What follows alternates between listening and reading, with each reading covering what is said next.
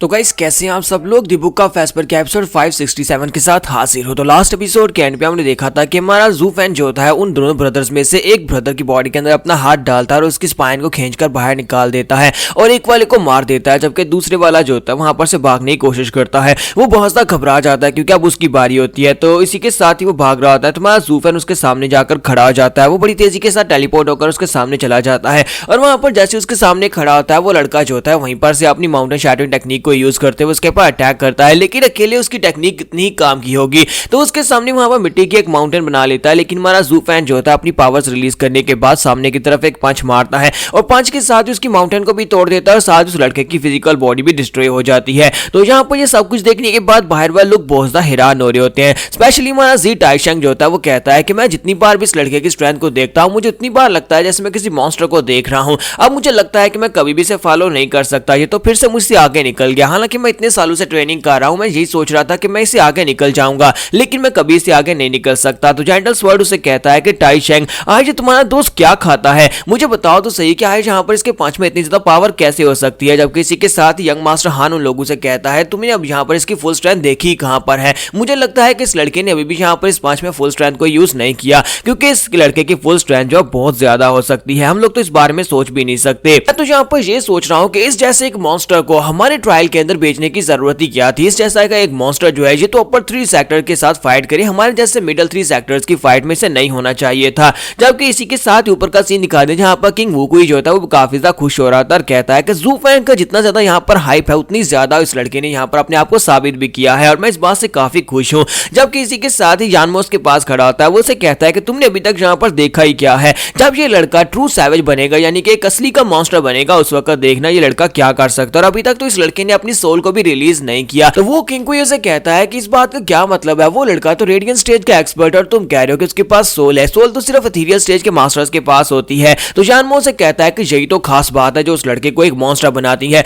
वो लड़का जू फैन अभी सिर्फ रेडियंट स्टेज का एक्सपर्ट है, लेकिन इसके बावजूद उसके पास सोल भी है। वो अपनी सोल यहाँ पर जनरेट कर सकता है और यहाँ पर एथेरियल स्टेज के मास्टर्स का तभी तो वो सामना कर सकता है। क्या तुम देख नहीं पा रहे कि एथेरियल स्टेज के मास्टर्स भी उसके सामने कुछ भी नहीं है। और साथ ही वो से कहता है कि सिर्फ इतना ही नहीं है बल्कि उसके पास कुछ और भी है। लास्ट टाइम जब मैंने उससे फाइट की थी उस वक्त उसने बस उसके थोड़े से ओरा को रिलीज किया था, क्योंकि उसने वहां पर ड्रैगन को देखा था, डबल ड्रैगन वाले ड्रैगन को। तो वो उसे कहता है कि मैंने उसको देखा था और वो बहुत ज्यादा पावरफुल था और मैं वहां पर उससे हार गया। वो कुंगो इसकी बात सुनने के बाद कहता है क्या तुमने उससे फाइट किया और उसके बाद तुम उससे फाइट में हार गए। ये बात सुनने के बाद वो अपने जूनियर ब्रदर जीलिन से कहता है कि जूनियर ब्रदर मुझे लगता है कि ये लड़का वाकई में सिर्फ और सिर्फ तुम्ही से फाइट करने के लिए है, क्योंकि तुम ही यहाँ पर इससे फाइट कर पाओगे। तो वो कहता है हाँ क्यों नहीं, मैंने तुमसे पहले ही कहा था कि इस दुनिया में ऐसा कोई भी नहीं है जो कि इस लड़के से फाइट कर सके। तुम में से कोई भी इसका ओपोनेंट बनने के लायक नहीं है, ये सिर्फ और सिर्फ मेरा जानी दुश्मन और मैं इसके साथ फाइट करने वाला हूँ। तो नेक्स्ट सीन फिर से अंदर कहीं दिखाया जाता है जहां पर हमारा जू फैन जो होता है उन दोनों को मारने के बाद देखता है कि उनकी सोल्स वहां पर से भागने की कोशिश कर रही होती है, क्योंकि वो दोनों एथेरियल स्टेज में होते हैं। इसी वजह से तुम्हारा जू फैन आगे बढ़ता जाकर दोनों की सोल को पकड़ लेता और कहता है कि अब तुम दोनों कहां पर भागकर जा रहे हो।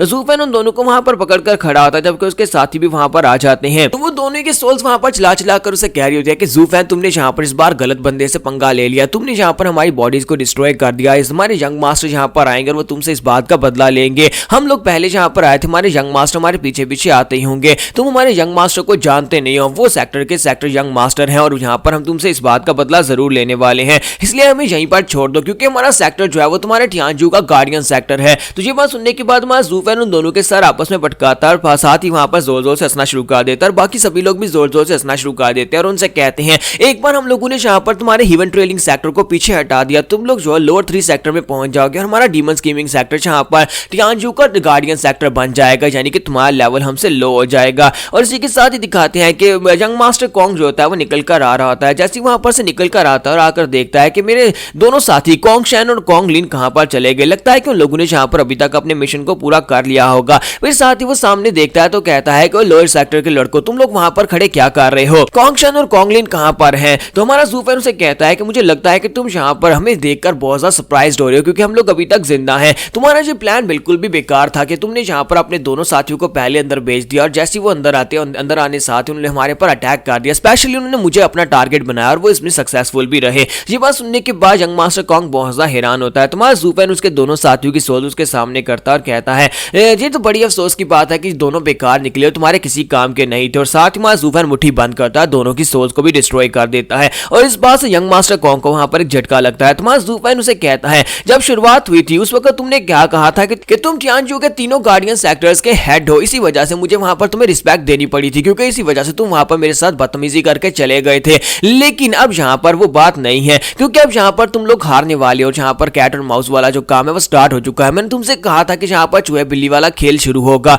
और तुमने क्या कहा था कि तुम इस जगह के बारे में अच्छी तरह से जानते हो, तो मैं यहाँ पर तुम्हें एक टाइम देता हूँ कि तुम लोग जाओ, जाकर अपनी जगह के ऊपर छुप जाओ, क्योंकि ये ट्रायल 3 घंटे तक तो खत्म होने वाला नहीं है। यहाँ का रूल है कि 3 घंटे तक ये स्पेस दोबारा ओपन नहीं होगी। चाहे तुम्हारे पास यहाँ पर सिर्फ और सिर्फ 2 ही ऑप्शन है, या तो यहाँ पर सभी के सभी लोग अभी हमारे हाथ से मर जाओ, या फिर 3 घंटे के लिए किसी ऐसी जगह के ऊपर जाकर छुप जाओ जहां पर से 3 घंटे के लिए तुम सेफली बैठे रहो और उसके बाद स्पेस ओपन होगी और तुम लोग बाहर चले जाना और जाकर सरेंडर कर सकते हो। इसलिए जल्दी से भागो। अब तुम्हें यहाँ पर समझ आ गई होगी कौन यहाँ पर चूहा और कौन यहाँ पर बिल्ली है। अब मैं तुम्हें जाकर छुपना और हम लोग यहाँ पर तुम्हें ढूंढना स्टार्ट करेंगे। तुम में से जो भी हमारे हत्थे लगा हम उसे मार डालेंगे। हमारा ज़ू-फैन इसी के साथ ही वहां पर उल्टी गिनती गिनना स्टार्ट करता है, जबकि यंग मास्टर कॉन्ग से कहता है कि मैं एक यंग मास्टर हूं, मैं यहाँ पर अपनी इंसल्ट को इस तरह से बिल्कुल बर्दाश्त नहीं करूंगा। लेकिन हमारा ज़ू-फैन अभी भी वहां पर उल्टी गिनती गिन रहा होता है। तो जब उसे लगता है कि ये लड़का बहुत ज्यादा सीरियस है, ये यहाँ पर हमें ढूंढ ढूंढ कर मार डालेगा, अगर यहीं पर खड़े रहे तो यहीं पर मार डालेगा, तो उसी के साथ वो अपने साथियों से कहता है कि सभी लोग भागो। और वो बड़ी तेजी के साथ वहां पर से भागना स्टार्ट करते हैं ताकि जाकर किसी जगह के ऊपर छुप सके। तो यहाँ पर इनके चूहे और बिल्ली का खेल शुरू हो चुका है, जो कि हम लोग नेक्स्ट एपिसोड में भी कंटिन्यू करेंगे।